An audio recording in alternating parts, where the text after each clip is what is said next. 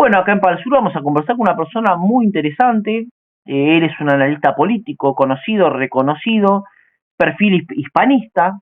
Vamos a hablar en algún momento también más profundamente del tema de lo que es la hispanidad y la intención de recuperar esto que Gabriel Fossa Rovecci denomina hispanidad. Bueno, vamos a hablar con él. Hola, Gabriel, ¿cómo estás? Hola, ¿cómo estás, querido? Mucho gusto que estés ahí. No, mucho gusto de hablar con vos. La verdad que estuve leyendo un artículo tuyo, te sigo en las redes, vos sos un militante del Movimiento de Liberación Nacional, junto con que lidera Martina Yerbe. eh, hoy leía un artículo tuyo muy interesante que vamos a publicar en Palsur completo, totalmente completo, que dice Control hídrico y triangulación geopolítica, Mecorot, Milei y la reconquista de Hispanoamérica. Comentanos un poco de qué trata este artículo y lo vamos a ir desmenuzando y qué es lo que quisiste hacer con este artículo. Sí, el tema tiene que ver con nuestro proceso histórico de dependencia desde 1810 en adelante a lo que es, por ejemplo, lo que es la corona británica, ¿sí? En donde todas nuestras independencias fueron articuladas desde Londres, ¿sí? Lógicamente es un tema netamente geopolítico y tenía que rivalidar con lo que era en ese momento la monarquía española, ¿sí? Entonces, ese enfrentamiento que generaron acá al tener el rey de España, Fernando VII, cautivo, bueno, se generó toda una especie de anomia política en cierta forma que aprovecharon principalmente las oligarquías en los estamentos que se apoyaban lo que es la monarquía española, ¿no? En Lima principalmente, y ya sabemos que lo que era Buenos Aires, un puerto de Buenos Aires, era un lugar más bien lúgubre, de contrabando, donde, bueno, había una pequeña oligarquía contrabandista, muy afianzada con vínculos con Londres, ¿sí? En donde, bueno, justamente por el puerto de Buenos Aires venía toda la plata de Potosí, que después se acuñaba y se generaba lo que es el famoso Real de A8 que se hizo en todo lo que fue la monarquía hispánica, ¿no? Vos pensás que nuestra comercialización estaba con Asia, nuestro fuerte, lo que es el imperio español, la monarquía española era con Asia, el vínculo era con Asia, no con el Atlántico, ¿sí? Pues se llamaba el lago, por ejemplo, el Océano Pacífico se llamaba el lago español. Vos pensás que los españoles estuvieron ya 100 años antes que los ingleses. Claro. Mismo Australia fue descubierta por España, como Hawái. ¿Sí? Así que, bueno, ya comerciamos con China y después, bueno, se mete el Imperio Británico a buscar estas rutas. Se genera un libro en 1711, una propuesta para humillar a España. Bueno, desde ahí hay toda una movida digamos, de subversión a lo que fue la monarquía hispánica, donde vos fijate que la monarquía hispánica no comerciaba, no generaba usura. Y ahí, bueno, está desasnando lo que es la famosa leyenda negra, que también Marcelo Ullo, un amigo de muchos años, bueno, entró por suerte en la hispanidad. Me acuerdo que nos cargaba, nos decía, bueno, ustedes con los españoles, bueno, sé que les gustó el tema y ahora pica adelante en España. El tema es que bueno, España no utilizaba la usura, la acumulación. Vos sabés que Humboldt cuando viene a América dice, no se puede creer, pero los pueblos gobernados por España son felices, son mucho más felices que nosotros. Y no solo eso, en lo que es, por ejemplo, la minería, se ganaba 3 veces más que en Europa, ¿sí? Donde había un jornal de 8 horas de descanso, todos los que son los aborígenes tenían sus propias tierras, cosa que después de la revolución jacobina liberal de las independencias dejó de tener, ¿sí? Pasamos a tributar todo.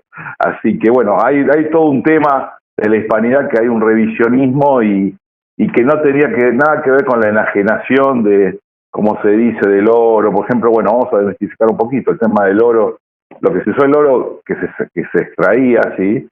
Era para las iglesias, adornos, mismo los franceses saquearon mucho también de lo que era la corona española y se usaba por ornamentación. Lo que movía a la monarquía hispánica era la plata, ¿sí? Las monedas de plata. Eso fue, y después sale el dólar de ahí, de las monedas de plata de lo que es justamente la moneda que se llaman Thaler en alemán también, después sale el dólar, la palabra dólar, ¿no? Del real de a 8. Así que, bueno, esa acumulación, ese sometimiento no lo teníamos acá. España lo que hace es crear ciudades, pueblos, carreteras, hospitales. No hay una política de saqueo tipo anglosajón, que es de puerto, de extracción, que llenan sus clubes y si pueden hacer un genocidio de población lo hacen, como lo hicieron en Tasmania, como lo hicieron en Australia. Porque acá lo que es la mancomunidad hispánica, nosotros, al ser católicos, al ser humano lo vemos con alma. En cambio, de los calvinistas, el tener dinero estaba bien visto ante Dios. Entonces, y qué mejor motivo que, dice, unas personas que son extrañas a nuestra cultura, bueno, no tienen alma. Entonces las matamos porque no tienen alma. En cambio, España sí reconoció en los aborígenes que eran criaturas de Dios, eran creación. El mismo Isabel la Católica promueve que haya casamiento y mestizaje. Entonces hay que desasnar mucho, pero bueno, esa es la idea. Entonces, desde que... Ese es un pasado que hoy de alguna manera se sigue replicando, estas grandes diferencias entre lo que fue en un momento y lo que es hoy. Sí, lo que sucede es que todo lo que es, digamos, nuestros países nuevos, estos estados nuevos, se puede decir masónicos, creados por la masonería británica, ¿no? Utilizando logias, está haciendo un trabajo muy de zapa. Después, claro, cuando ya tienen un dominio del territorio y el conocimiento, pasa a manejarse en lo que tiene que ver en la estructura de educación. Entonces te cambian la educación, te desraízan, entonces no te hacen recordar lo que fuiste. Y si vos no recordás lo que fuiste, no vas a poder generar ni el presente ni el futuro, ¿sí? Entonces, digamos que la batalla cultural está en esto. No se puede defender lo que no se conoce. Entonces, en nosotros está primero el sembrar para dar a conocer, para luego después defender, ¿sí? Estamos como parias en ese sentido. Bueno, lo que estamos haciendo es una gran lucha cultural. O hablamos en castellano, vemos cabildos, vemos iglesias. No es que estamos hablando de hipótesis, no, es bien real. Vos podés hablar en castellano o español desde la Antártida hasta Alaska, porque los españoles llegaron a Alaska, ¿sí? Esto es único en el mundo. Entonces te das cuenta qué es lo que conforma una nación. Una nación la conforma lo que es el pueblo, la lengua, las costumbres y su religión. Y vos fijate que todo el mundo hispánico tiene la misma lengua, las costumbres y la religión, con algunos matices regionales que, bueno, lógicamente se da en todos lados. Imagínate, en la misma Iberia tenés distintos dialectos prácticamente, y si vas para lo que es Europa, que en realidad, viste, cuando se hablan de países, cruzar de un país a otro son 50 kilómetros, 100 kilómetros, es como de Buenos Aires a Chascomús, viste, no sé, o sea, la pasa que acá las ideas de distancia son diferentes cuando ves allá, y allá hablan distintos idiomas todos prácticamente, alemán, francés, italiano, rumano, búlgaro, ruso, ¿entendés? Sueco, bueno, imagínate, bueno, acá tenemos todo un continente, y hay un tema muy importante. ¿Sabes cuál es el segundo país que más habla la lengua española? No. ¿El castellano? El segundo país más grande en habla español, Estados Unidos. Mira. Así que nosotros, que somos 48 millones de habitantes, en Estados Unidos hay 65 millones. Mirá la importancia y el ocultamiento que tenemos mental de lo que es nuestra trascendencia cultural. Te das cuenta, ¿no? Que lo tenemos ante los ojos y no lo vemos. Tal cual. Y vos, toda esta situación, vos la vinculás con algo muy actual, que es la penetración de una empresa, Mecorot, en Argentina. ¿Qué vinculación tiene todo esto que estás comentando vos con la penetración económica de Mecorot? El tema es, mira, ayer justamente al estar haciendo publicaciones vi que se hizo una entrevista a Diego Berger, que es el director, el CEO de Mecorot, ¿no? Sí. Que fue creada anteriormente al Estado de Israel, ¿sí? Fue creada en 1937, ¿sí? Así que imagínate, el Estado de Israel del 48.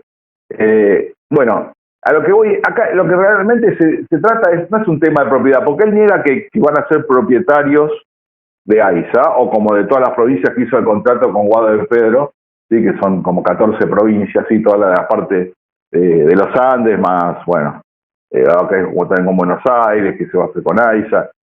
que en realidad lo que se trata no es el tema de la propiedad, sino del control. Si yo tengo control de los recursos, llamándole gestión, y le pongo el valor, le pongo el precio a la cantidad de metros cuadrados, qué tipo de calidad de agua, esto, yo estoy controlando el total, por más que no sea propietario. Esto es como un usufructo de un departamento. Vos, el propietario puede ser tu mamá, pero el usufructo te lo pasa a vos y vos sos el que gana la plata.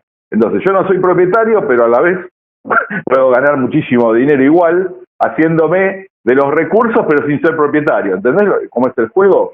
Bueno, de hecho, les recomiendo a todos, yo en esta entrevista abajo voy a poner, y en la nota también, voy a poner la nota que vos hacés que salió un perfil. El propio, esta persona habla de cómo gasta supuestamente el agua la gente y lo que sale y lo que debería salir del agua. Claro, entonces vos te das cuenta que, bueno, el tema de la escasez es a nivel mundial. Cuando hay escasez sale mayor el precio, siempre es así. Cuando hay menor oferta de producto, al haber mayor demanda, sube el precio. Entonces, el tema de inculcar la escasez del agua hace que no tengas que racionalizar el agua. Entonces, ¿qué pasa? Te van a cobrar fortuna en un lugar que hay abundancia, porque no es que estamos en un lugar desértico, por ejemplo, que es Buenos Aires, no es Israel, ¿sí? Entonces, acá hay abundancia, podés lavar autos completamente. Tenemos el Río de la Plata, que es prácticamente un mar, le llamaban el Mar Dulce. Entonces, y tenemos el acuífero Guaraní, que hay lugares desérticos, estamos de acuerdo. Por ejemplo, en lugares desérticos no hay mucha población. Mendoza es un lugar desértico, pero hace más de un siglo y medio que sabe administrar su agua, la poca que tienen, administra perfecta. ¿Sí? Hacen viñedos, hay un conflicto con la Pampa, pero eso se puede resolver. O sea, tenemos troncales para llevar agua también. No, este es un problema que no hay lugar de agua, ¿no? Argentina es muy grande, muy extensa, pero donde se sustenta nuestras poblaciones, por la más gran mayoría, tiene agua, ¿sí? Entonces, esto de la famosa gestión, nosotros no somos propietarios, pero si nos llaman podemos gestionar, y bueno, en esa gestión ponele que las utilidades de 100 se lleven 50, porque la gestión vale 50. No sos propietario, pero estás usufructuando de una forma que... Y encima después te ponen los requisitos, la forma en que vas a consumir, las penalidades que vas a tener. Si no consumís agua te la pueden cortar, ¿entendés? Si no pagás la factura te la pueden cortar, que es el principio de vida, porque el agua es vida. Quien controla el agua, controla la vida. A los castillos, ¿cómo se los sitiaba? Sacándole el agua, desviándole el río. Es muy simple, sin agua no puede vivir más de 2 días. Es simple esto, no hay mucha vuelta que dar.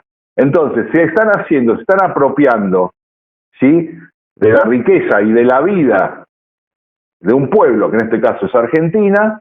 Entonces dicen, no, nosotros no somos propietarios, pero si nos llaman, hacemos la gestión. Y ahí está el tema, en la gestión, justamente. Y aparte, el tema de la gestión, nosotros tenemos empresas para gestionar, ¿sí? No es que no tenemos empresas para gestionar. Entonces, ahí está el tema, ¿sí? Nosotros tenemos, por ejemplo, Agua y Saneamiento de Argentina, que es el Instituto Nacional del Agua.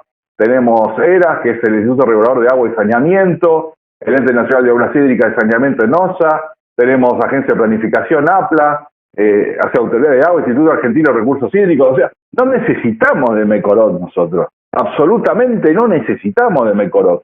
Pero bueno, Guado de Pedro hizo un trabajo de lobby, ¿sí? Para bueno, tendrá sus negocios, su posición política, en donde, bueno, piensa que con ese dinero quizás que pueda recibir, de alguna forma puede hacer su campaña política o tomar poder, porque el dinero es poder. Pero acá nosotros lo que tenemos que hacer es defender el agua, porque defender el agua es defender la vida, ¿sí?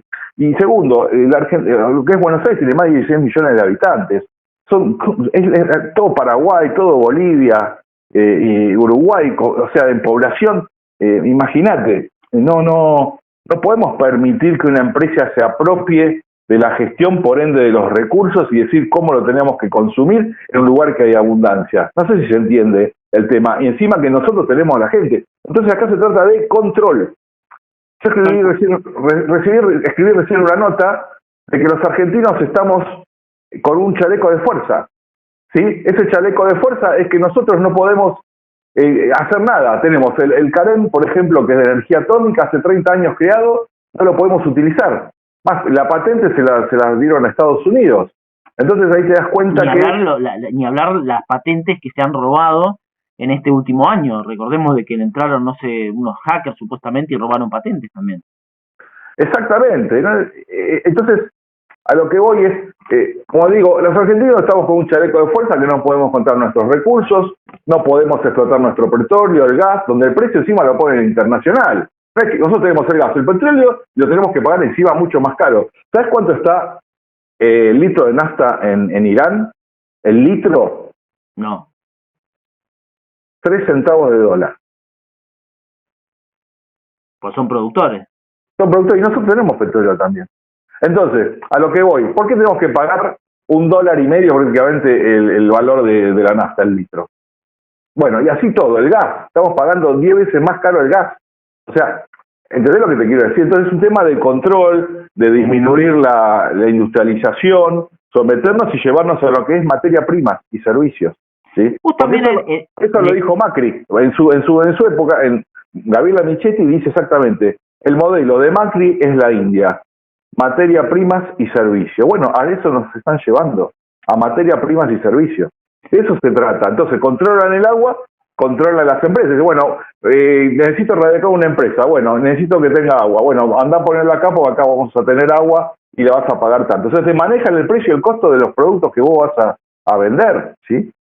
Porque es un costo el agua. Entonces, si te le encarece el costo, te encarece la producción, por ende los salarios y el fin total del precio. Entonces, ahí te das cuenta que es un tema de control. Entonces, es hacerse del control del territorio nacional. O sea, la fachada de Mecorón no es una empresa, es el Estado de Israel. Esto no tiene absolutamente nada que ver con lo que profesa la religión, eso no tiene absolutamente que estamos hablando de Estado. Y si fuera Mecorón, una empresa alemana, inglesa, chilena, uruguaya, exactamente diría lo mismo. ¿Sí? Porque acá no es un tema de quién lo hace, sino de por qué se hace. ¿Sí? Vos también en el artículo hablas de las potencias talasocráticas anglosajonas y hablas también del sionismo. ¿Cómo se vincula todo esto con esta? ¿Qué son las potencias talasocráticas y qué es el sionismo? Bueno, el tema del sionismo sabemos que tiene que ver con la vuelta a Sion del pueblo judío. Eso es el sionismo, ¿sí? La vuelta a el supuesto Israel que ahora existe, ¿sí? A través de lo que antes era Palestina. Eso es el sionismo. La vuelta a Sion, ¿sí? Que después, bueno, se interpreta como el fundamentalismo extremo dentro del judaísmo, que en realidad es laico, no es religioso, porque también tiene una contradicción. Los ultraortodoxos no quieren el Estado de Israel, ¿sí? Porque ellos, la Jerusalén es el pueblo, no es un lugar, un territorio, ¿sí? Entonces, el sionismo en sí es una especie de nacionalismo o de ultraderecha, como se suele llamar, de una élite, digamos, laica, que profesan la vuelta a Israel. Eso es el sionismo, ¿sí? Pero bueno, se malinterpreta o se quiere interpretar de que, bueno, el sionismo es como que se habla de que genera unos tentáculos a nivel mundial y todos trabajan para Israel, pero en realidad es un grupo, una élite dentro de lo que es la comunidad judía. Y dentro de la comunidad judía tenés vertientes como los askenazí, como los sefaraditas, como tenés la parte de lo que es Etiopía, de distintos lugares, distintas modalidades o formas de profesar la religión judía, ¿no? Pero a lo que voy, eso es el sionismo, es la vuelta a Sion, volver a lo que eran los territorios, que después, lógicamente, al tener poder todo, van, digamos, generando políticas y bueno, más control. Ese es el verdadero sionismo. Y Hels hablaba de momentos que había que ocupar un lugar, podía ser Palestina o podía ser Argentina, dicho en su propio libro, ¿no? Si recordemos que Teodoro Hels es una persona que de alguna manera pone palabras al sionismo, crea el sionismo, que no es el judaísmo, es decir, porque algunos piensan que uno cuando habla de sionismo habla del judaísmo en general y no. No, claro, tal cual. Yo, o sea, hablo con gente de la colectividad, que son amigos, o sea, muchos quieren el sionismo, lo defienden y otros no. Otros dicen, no tiene nada que ver con nosotros. Nosotros profesamos la religión judía, pero no somos sionistas.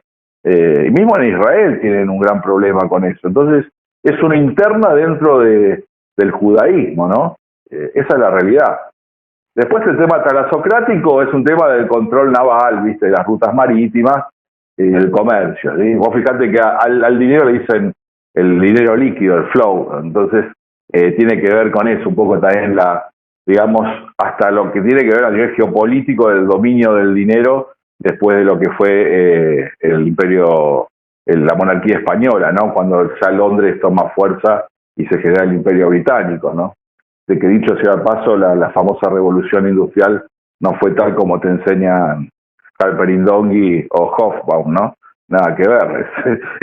Eso es un cuento de niño. Acordate acá en Vuelta Obligado, venían con la Royal Navy a traer su mercadería, o sea, de libre mercado, nada. Digo, no quiero, ¿cómo que no querés? Tengo unos cañones acá. Entonces, ahí te das cuenta que la mano invisible del mercado son cañones, ¿viste? Entonces, la acumulación se hizo a través de las compañías de las Indias Orientales británicas como holandesas, en todo lo que, claro, como España dominaba toda esta zona ya, comerciaban tenían que buscar nuevos mercados y se fueron para la India sacaron lo que es el opio, le hicieron la guerra después a China, se quedan con Hong Kong, le ganan 2 veces la guerra, los endeudan. Entonces los chinos se acuerdan mucho de eso, del sometimiento, donde 1 de cada 3 chinos era opiómano, ¿no? Les rompió la civilización. Entonces hay todo un tema del manejo del poder y del control del poder, ¿sí? Entonces, que Mecorot diga, como dice Berger, no, es como me hace acordar no sé si te acordás de Olmedo, en el tema del mago Chanta, que decía, no, yo no toco la plata, la tocaba el asistente, pero no, Claro.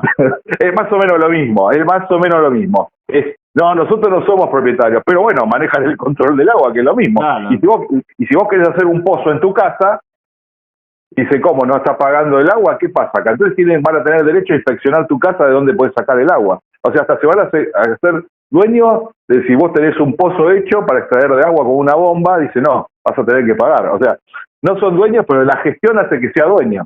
¿Se comprende? Tal cual. Y hablas también de Milei como una persona que, si bien no tiene la trascendencia que supuestamente todos le dan, sí tiene una importancia para esta arquitectura mundial de alguna manera de esclavización al capital, a los capitales. Sí, no, Milei es una consecuencia, ¿no? Es una continuidad. No es que hay algo que lo que quieren imponer como que está loco, ¿no? Que está mal. Y es mentira eso. O sea, o no la ven o no la quieren ver.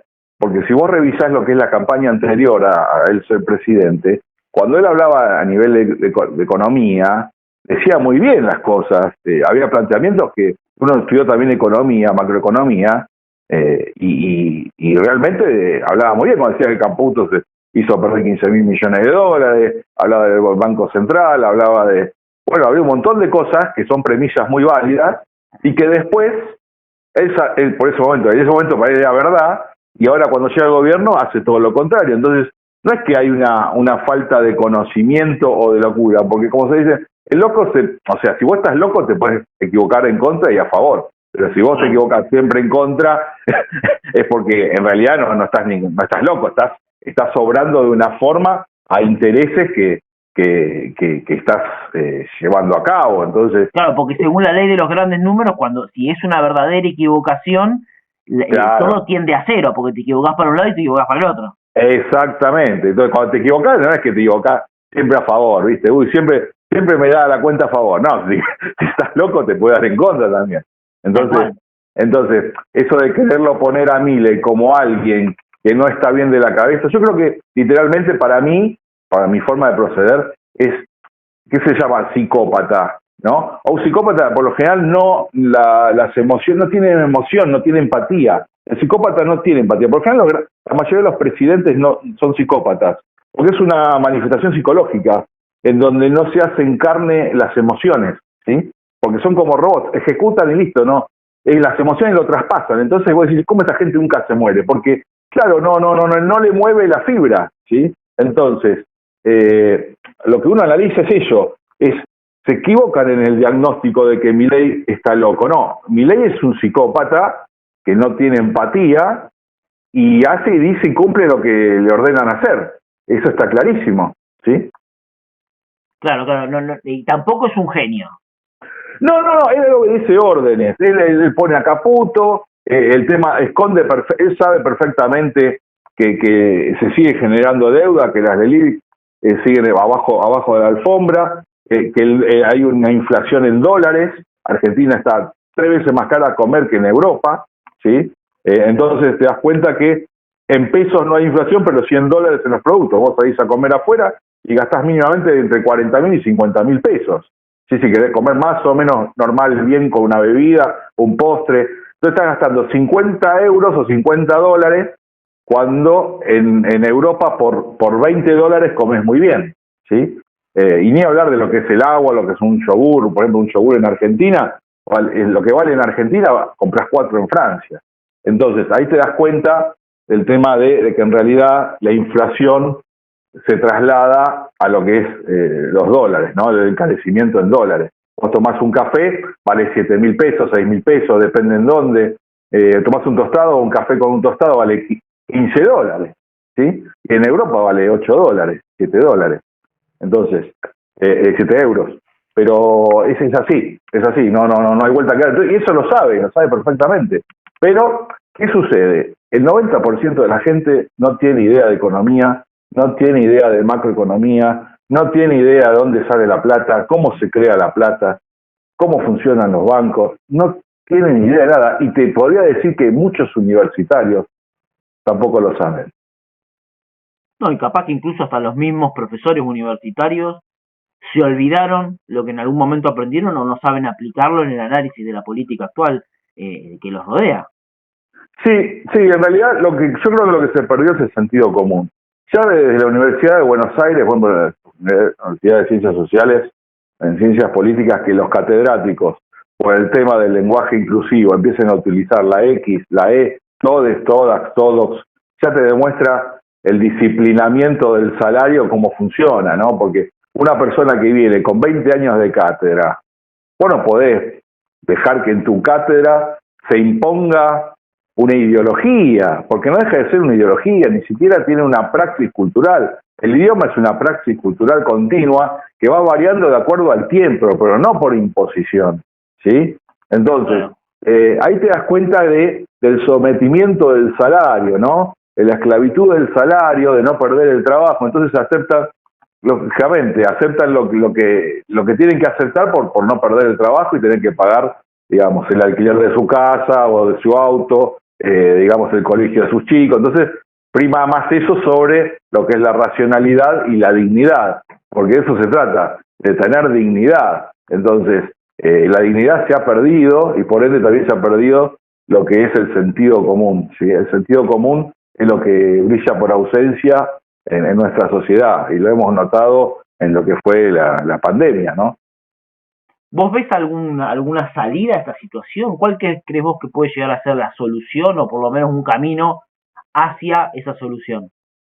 Mirá, la otra vez con Martín propusimos la ley del almirantazgo iberoamericano en Mar del Plata, hecho único, la primera vez en 500 años de proponer la ley del almirantazgo, en donde toda Iberoamérica tiene que estar unida, manejando todas las rutas de cabotaje interno, lo que es Iberoamérica, no obviamente la internacionalización de los productos, sino lo que tiene que ver con nuestra ecúmene, hacernos fuerte. Entonces, el hablar de lo que fue la hispanidad, de lo que somos nosotros, ese desraizamiento que tuvimos, como lo ha tenido, vos fijate que el primer pueblo que fue desraizado fue el inglés.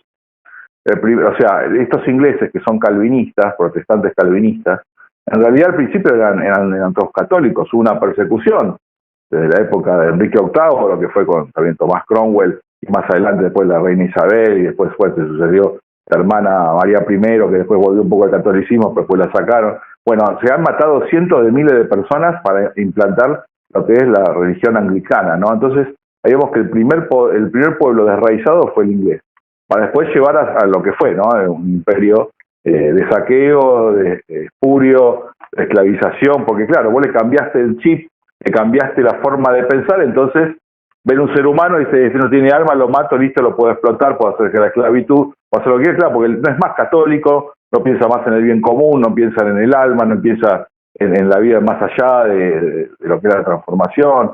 Entonces, lógicamente, y a esto vamos, es un tema que tiene que ver con el dominio y el control. Me salí un poco del hilo, ¿cuál fue la pregunta exactamente? La solución. ¿Cuál vemos que es el camino de solución de esto? El camino de solución es ese, primero, dar a conocer lo que no conocemos para defender después sí lo que conocemos. Entonces no se puede defender lo que no se conoce.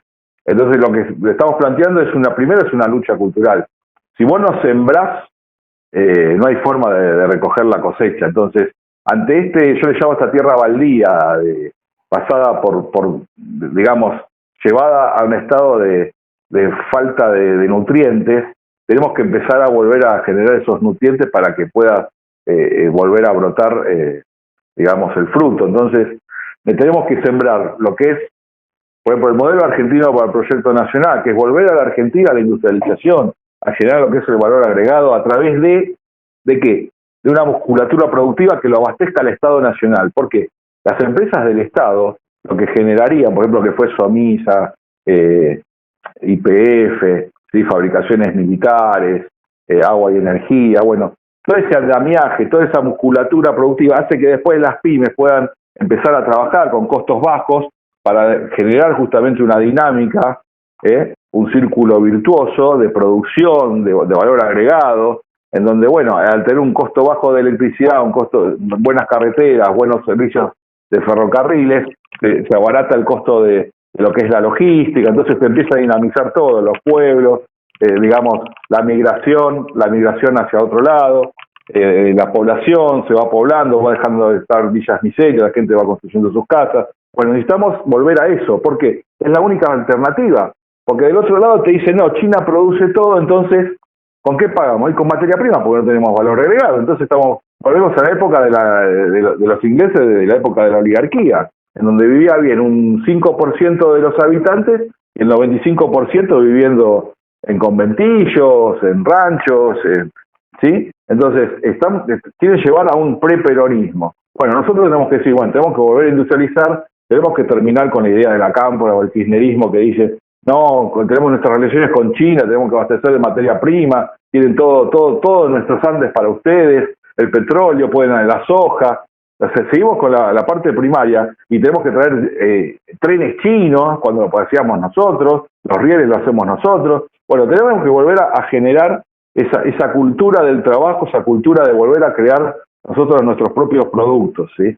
Y para todo eso se necesita un impulso del Estado nacional, ¿sí? Porque no se puede hacer de otra forma, porque las escalas, nuestra competencia, vos ponés una multinacional, te ponen los precios. Entonces, como te digo, te ponen el precio del litro de nafta a 1.500 pesos, 1.300 pesos, no puedes competir con nadie. En una cosecha se te encarece totalmente la cosecha, y después el tema de la logística, el tema de los camiones, te sacan una tajada de tu fruto de tu trabajo, y después no solo eso, después el embarque a los barcos que tampoco son nuestros, el seguro. Entonces te das cuenta que no somos dueños de nada. Bueno, tenemos que volver a hacer lo que fuimos. Perón decía que las mangueras apunten para adentro y no para afuera.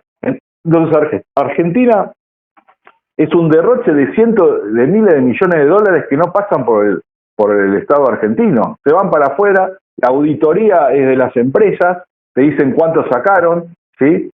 Entonces ahí te das cuenta que esto no funciona y nos estamos empobreciendo cada vez más, con el agravante que los chicos, ya el 60% de los chicos comen una vez al día, comen mal, comen harinas, azúcares, el cerebro no funciona bien, no están bien nutridos, la deserción en los colegios. Entonces tenemos esta gran problemática, la falta después de no haber jubilados prácticamente, la jubilación. La gente que tiene 40 años, 30 años no se va a poder jubilar a este ritmo. Entonces necesitamos volver a hacer lo que fuimos, y para eso se necesita el modelo argentino para el proyecto nacional. No hay otra salida, es el único antídoto que tenemos, no hay otra, porque si hubiera otra se hubiera aplicado y no se aplicó. Bueno, muchas gracias. La verdad que muy ilustrado tu pensamiento, y espero que esto que estás proponiendo se logre, y para eso necesitamos que se predique también. Sí, sí, es así, Luciano, te agradezco la entrevista. Necesitamos sembrar para después cosechar. Vos fijate que el vaciamiento cultural que hubo en los últimos, digamos, 2 décadas y media es total, con el tema del LGBT, con el tema del lenguaje inclusivo, nos tuvieron y nos sacaron lo primordial, que es que nosotros generemos nuestras riquezas, ¿no? Que produzcamos lo que consumimos, no generar millones y millones de parias viviendo del Estado o de un puntero que le diga, bueno, van a recibir tanta plata, pero tienen que venir conmigo a marchar, y esa forma de coacción permanente, ¿no? Y también ese fue el voto de Milei. No nos olvidemos que el voto de Milei fue un castigo a toda esta dirigencia que prácticamente está en un Titanic, que no tienen representación, y ahí nosotros tenemos que estar fuertes diciendo el camino es este, y bueno, en un momento van a mirar para este lado y se van a dar cuenta que es la única solución. Bueno, muchísimas gracias, querido Gabriel. Bueno, gracias a vos, Luciana. Chau, chau.